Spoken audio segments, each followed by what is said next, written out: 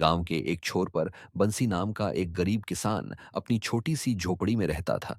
उसके पास खेती करने के लिए थोड़ा सा ही जमीन थी और बस दो जानवर, एक गाय जिसका नाम गौरी था और एक बकरी जिसका नाम चंचल। गौरी बूढ़ी थी लेकिन बहुत शांत और समझदार। चंचल नाम की बकरी छोटी थी, चंचल और फुर्तीली। दोनों एक दूसरे की बिल्कुल उल्टी थीं, लेकिन फिर भी उनमें गहरी दोस्ती थी। जब गौरी पेड़ के नीचे बैठती तो चंचल उसके पास आकर उसके गले से सिर सटाकर सुस्ताने लगती। दोनों घंटों तक बिना बोले एक दूसरे की मौजूदगी का आनंद लेती। संकट की शुरुआत। एक साल गांव में भीषण सूखा पड़ा। बंसी की फसलें सूख गईं, कुएं का पानी भी कम हो गया और चारे का संकट खड़ा हो गया। बंसी बहुत चिंतित रहने लगा, क्योंकि गौरी और चंचल को खिलाने के लिए उसके पास अब कुछ नहीं बचा था। एक रात बंसी की पत्नी ने कहा, सुना है शहर में बकरी अच्छे दाम में बिकती है, क्यों ना चंचल को बेच दें, एक वक्त की रोटी तो आएगी। बंसी ने भारी मन से हामी भरी।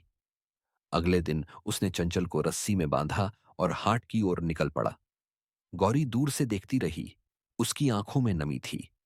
चंचल खुद कुछ नहीं समझ पाई, लेकिन जैसे ही बंसी ने उसे गाड़ी में चढ़ाया, वह चीखने लगी। गौरी भी पीछे पीछे दौड़ी, लेकिन उसकी बूढ़ी टांगें कहां साथ दे पाती।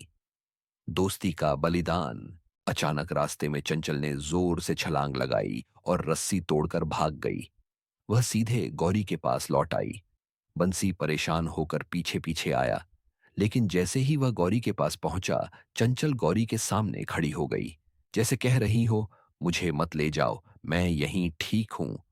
बंसी का मन पिघल गया। वो जानता था कि ये जानवर सिर्फ खाने के लिए नहीं है, ये उसका परिवार है। लेकिन भूख से बेहाल बच्चों की चीख उसे चैन नहीं लेने देती थी। उसी रात गौरी ने एक निर्णय लिया। सुबह जब बंसी उठा तो उसने देखा कि गौरी चुपचाप खड़ी है और उसका दूध चंचल के सामने बर्तन में रखा है, ताकि बकरी का दूध बचाया जा सके और बच्चे भी भूखे न रहें। गौरी ने अपना सारा दूध देना शुरू कर दिया और खुद कम खाना शुरू कर दिया, ताकि चंचल को कुछ मिल सके। धीरे धीरे उसकी सेहत गिरने लगी। गांव की मदद। गांव वालों को जब इस दोस्ती और बलिदान की खबर लगी तो सब हैरान रह गए। गांव के मुखिया ने एक पंचायत बुलाई। उन्होंने तय किया कि गांव के पास जो भी थोड़ा बहुत चारा है, उसे बंसी के जानवरों में भी बांटा जाएगा। एक बुजुर्ग किसान बोला, गाय और बकरी हमें इंसानियत का पाठ पढ़ा रहे हैं। हम क्या इतने स्वार्थी हो गए हैं कि इनके लिए एक मुट्ठी चारा नहीं दे सकते?